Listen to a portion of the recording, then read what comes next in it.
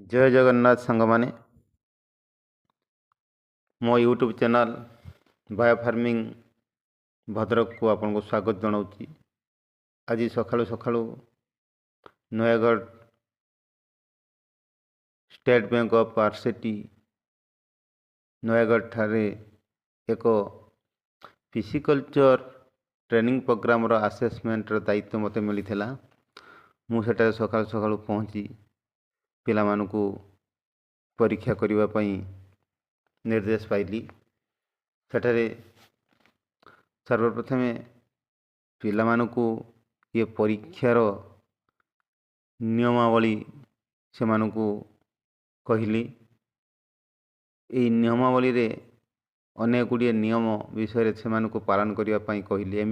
एमिति कि मोबाइल ठारू आरंभ करी सबू तांकर आसबाब पत्र को गोटे जगह रखिया पई कहली, कारण ये सीसीटीवी अंडर रे परीक्षा करिया को हला।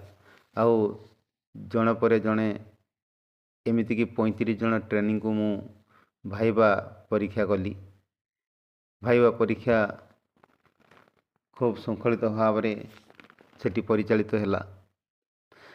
भाईबा परीक्षा परे संध्या बेले आमको एक जिला महोत्सव पल्लीश्री मेला को जीवापाई आमंत्रित थिला।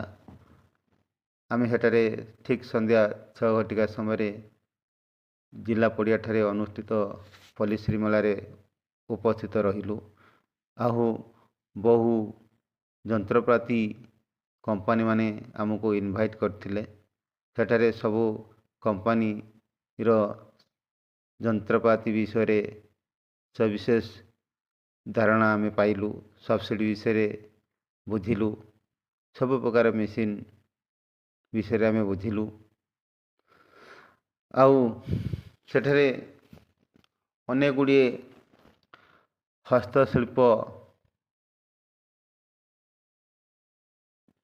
भी देखिया को मिलिला। एमिति कि माटी रे तैयारी विभिन्न प्रकार माटी पात्र रो कारुकार्य देखिया को मिलिला।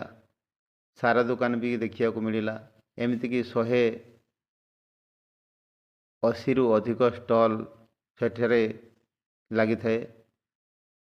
बेसी भीड़ लगी थाए पांपड़, पिकिल्स, धूप आदि स्टॉल मान करे।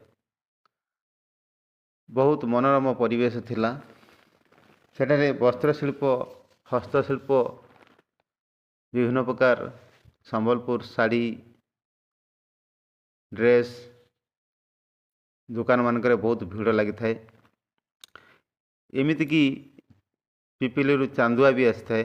चांदुआर भी चाहिदा बहुत थाए। लोक मानकर भीड़ भी सेठी बहुत थिला। शेषरे आमको एक इलेक्ट्रॉनिक कढ़ाई को देखा मिलला। धन्यवाद।